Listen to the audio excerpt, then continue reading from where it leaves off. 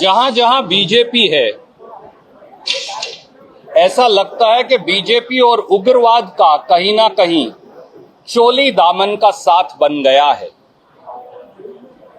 याद करिए, हर बार जब देश पर हमला होता है तो बीजेपी की ही सरकार क्यों होती है, ये आम जनमानस सवाल पूछ रहा है।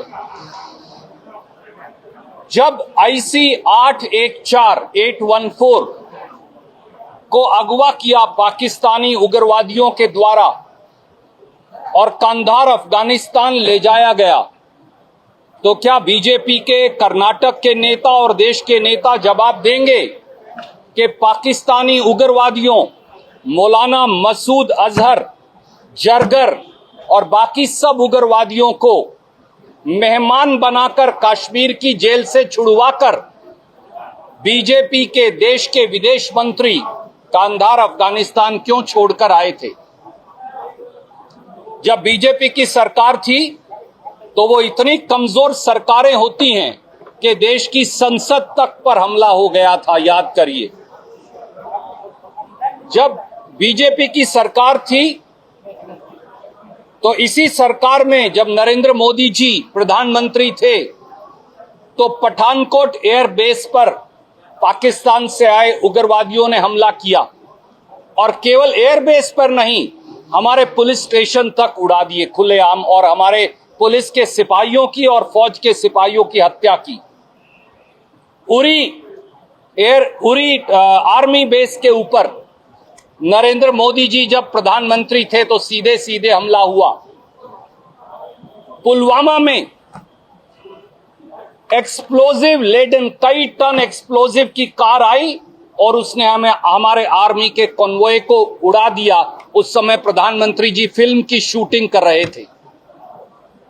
नगरोटा आर्मी बेस पर, जो जम्मू कश्मीर के बिल्कुल सेंटर में है, एंट्री पॉइंट पर है, उग्रवादी आए और उन्होंने हमारे आर्मी बेस पर हमला किया।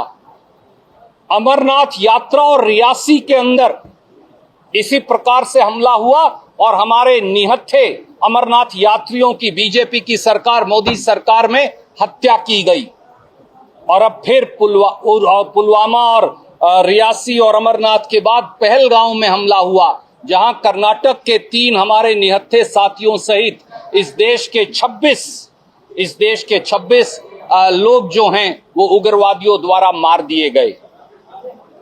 ये क्या कारण है मोदी जी कि जहां जब बीजेपी की सरकारें होती हैं तो उग्रवादी हमला करते हैं और सरकार सोई पड़ी रहती है। बीजेपी का पाक प्रेम, बीजेपी का पाकिस्तान प्रेम कर्नाटक के लीडरों को दोबारा याद करने की जरूरत है।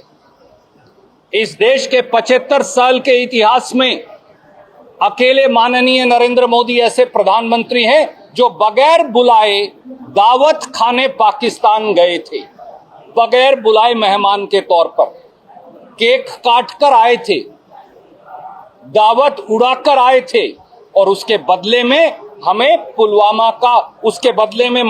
हमें पठानकोट का उग्रवादी हमला रिटर्न गिफ्ट के तौर पर पाकिस्तान ने दिया था।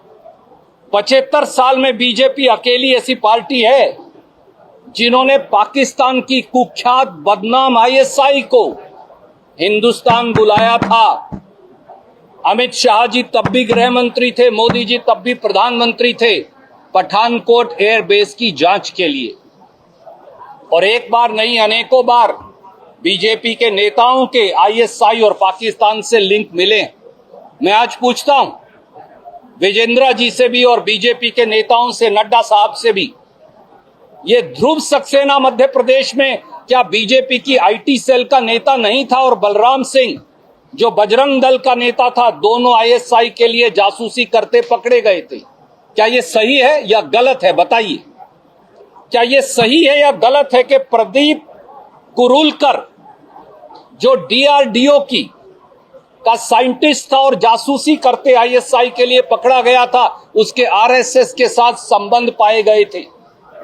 क्या ये सही नहीं कि जब बीजेपी की जम्मू कश्मीर में सरकार थी तो उन्होंने आसिफा अंद्राबी को बेटी बचाओ का चेहरा बनाया था और उसी आसिफा अंद्राबी ने पाकिस्तान जाकर मौलाना मसूद अजहर की के साथ बैठकर हिंदुस्तान के खिलाफ जहर उगला था। ये बीजेपी के नेताओं से पाकिस्तान से लिंक कैसे पाए जाते हैं?